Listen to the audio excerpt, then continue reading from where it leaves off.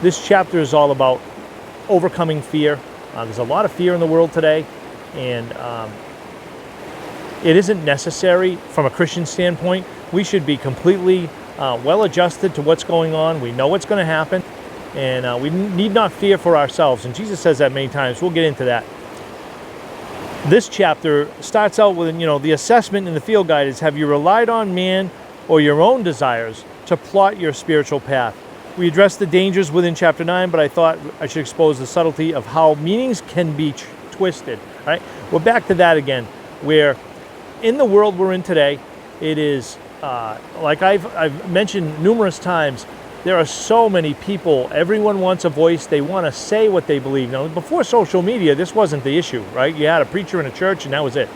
Now there's people everywhere. They're all giving their opinions, and that's exactly what the problem is. They are opinions. They're not God's truth, right?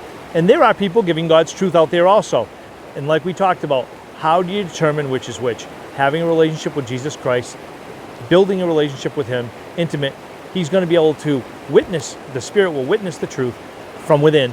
And you can also inquire of the Lord, which is a lot of what I do when I'm not sure what to make, especially if it's a big decision. You're making a big decision in life, maybe buying a house, maybe moving.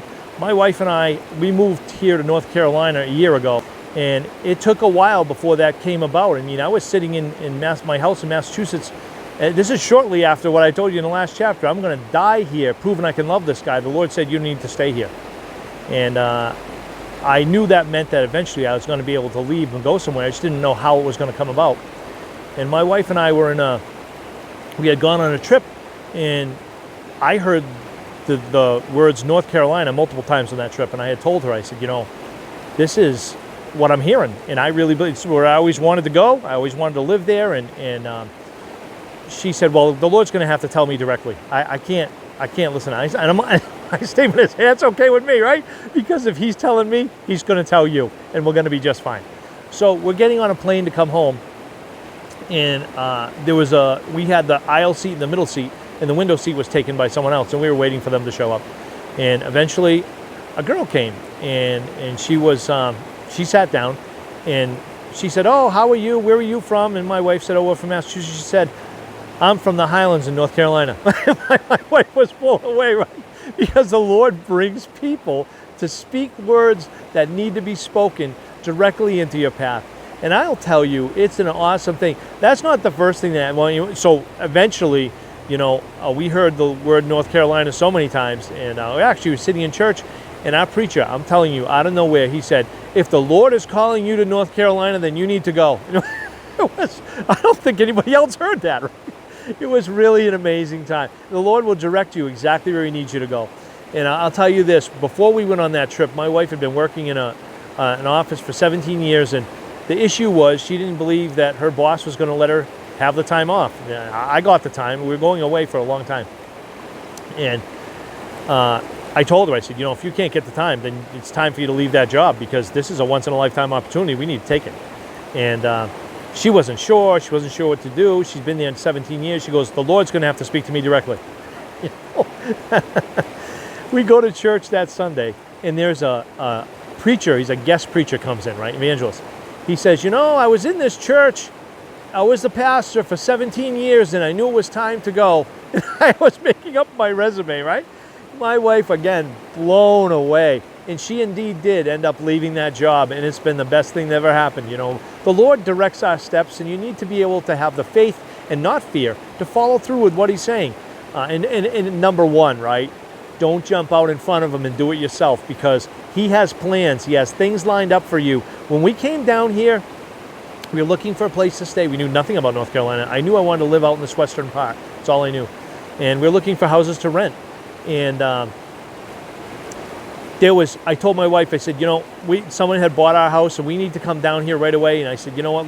You got to find a house in 4 hours. You got to get on your laptop, figure it out, right? So she got on there, right? And she's looking and looking and looking, and she's moving further east, from the western part, a little bit further east, and blip, a house comes up. And she looks at it, and it's right in our price range. It's for rent. So we said, well, we got to get down there, right? We got to get down there and check that out, because we knew it wouldn't last long. So we flew down here, and came to see the house, loved it. We were, ready to rent it. We're in the real estate agent's office, ready to sign the papers. I get a ping, my house sale fell through. I'm like, what am I going to do, right?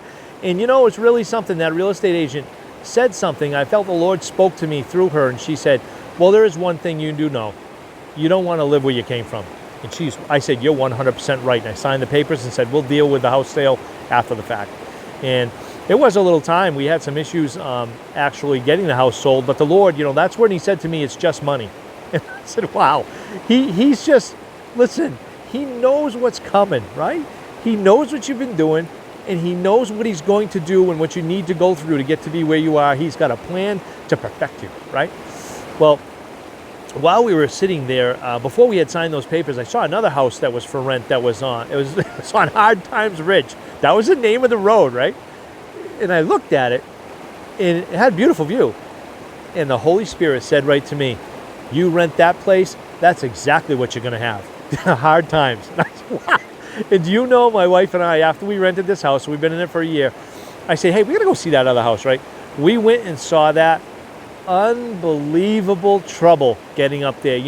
We had, where we are really is not an issue to get to, and the movers were giving us trouble. Like, I don't think we can bring the furniture up there. And, really wasn't a problem. Compared to Hard Times Ridge, oh my goodness, there's no way they'd bring it up there. I think you'd have to bring your own, you'd have to bring it from, they drop it off somewhere in the middle of the mountain and you bring it up the rest of the way.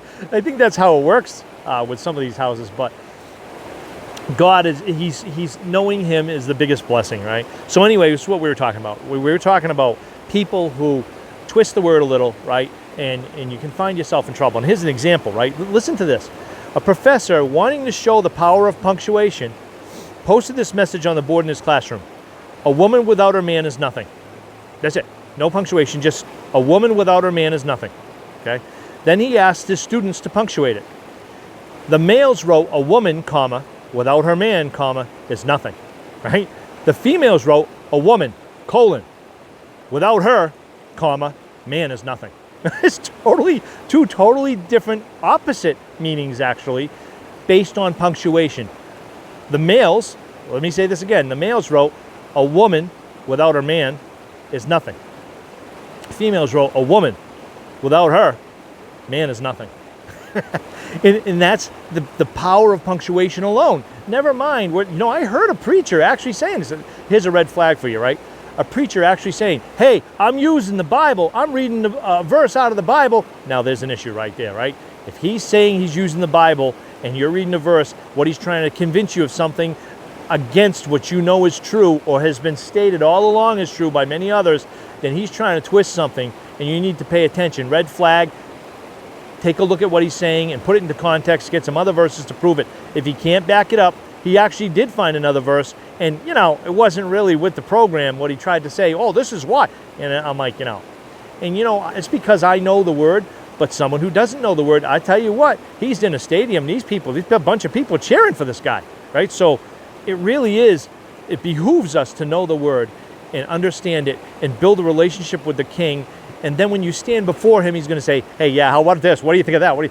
You won't be standing there shaking in your boots saying, I hope he knows me. He's going to say, hey, well, you're abundant entrance. You walk in, everybody's cheering, right? That's what you're looking for, right?